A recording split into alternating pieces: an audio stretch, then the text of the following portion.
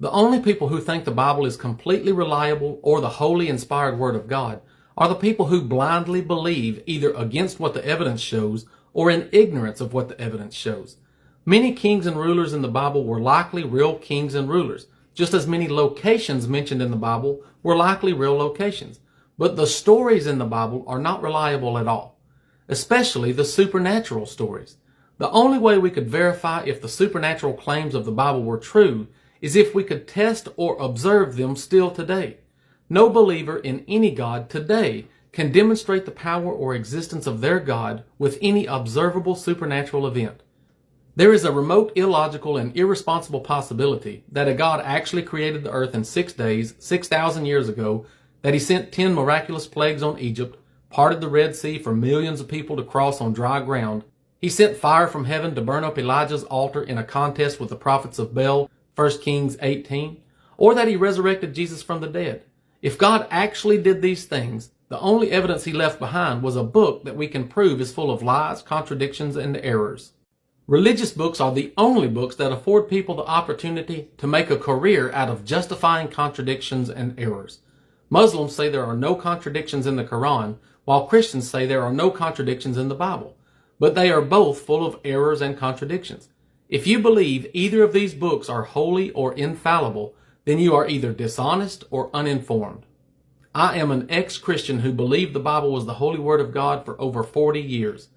I'm ashamed it took me that long to realize the Bible is not trustworthy at all, but I'm grateful that I have the opportunity to help you realize the truth. If you will honestly evaluate your faith with a genuine passion for truth, you will realize you believe lies. You have an opportunity to spend your whole life deluded by religion, or you can learn how all religions are created by humans. Would you rather know the hard truth or be deluded by comforting lies? Be honest with yourself. For example, would you rather believe you will see your dead loved ones again in a beautiful land far away from earth after you die? Or would you rather know this is just a human fantasy? Do you want to live in truth, or do you want to believe in fantasies? I want the truth. If you prefer fantasies, then you should not follow me or listen to me. If you want the truth, it will likely not be what you want to hear. I want to give you a couple examples of how I learned the Bible is not reliable.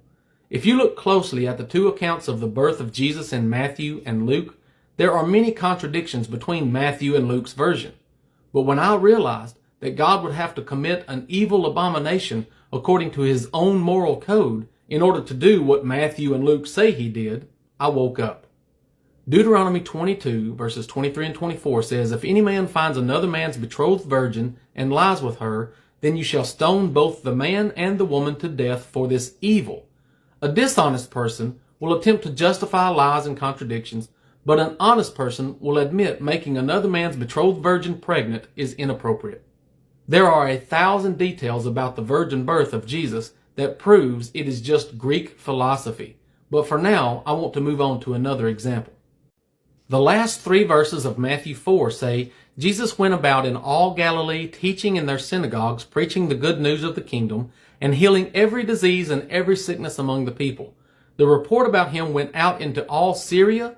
They brought to him all who were sick, afflicted with various diseases and torments, possessed with demons, epileptics, and paralytics, and he healed them. Great multitudes from Galilee, Decapolis, Jerusalem, Judea, and from beyond the Jordan followed him. If there was a man sent by God who was this famous for healing people of all these diseases, then there should be multiple independent contemporaneous testimonies for this man, but there's not. We have no eyewitness testimony at all for Jesus, either inside or outside the Bible. The Gospels were not written by eyewitnesses. Christians just attributed Matthew, Mark, Luke, and John as authors of the Gospels, but the Gospels were not written by eyewitnesses. They don't claim to be written by eyewitnesses, and they even tell stories that could only be hearsay stories anyway, like the birth of Jesus, or the baptism of Jesus before he met his apostles, or the temptations of Jesus in the wilderness, or the private conversation between Jesus and Pontius Pilate. The author of Luke admits he is not an eyewitness, but that he is just telling stories that were handed down to him. When you study the 4 Gospels side by side, you will see that practically every story is contradicted in multiple ways.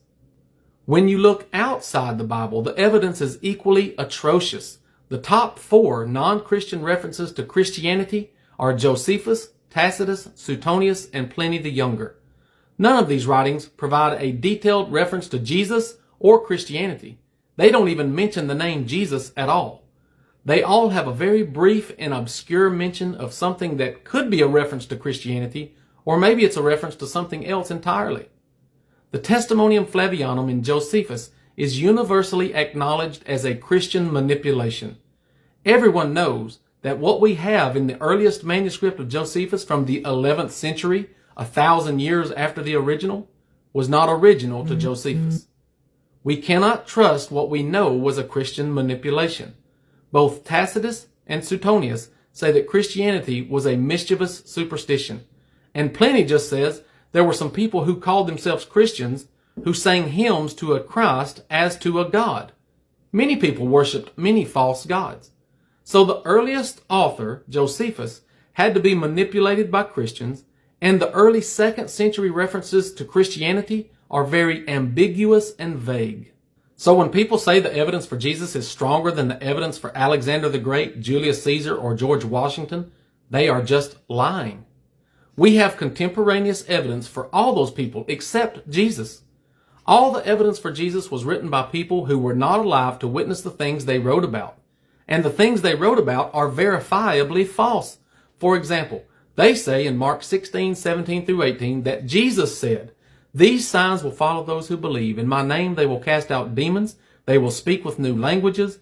They will take up deadly serpents. And if they drink anything deadly, it will in no way harm them. They will lay hands on the sick and they will recover." Not a single Christian can demonstrate their immunity to rattlesnake bites, drinking poison, or illnesses. The Bible is demonstrably false.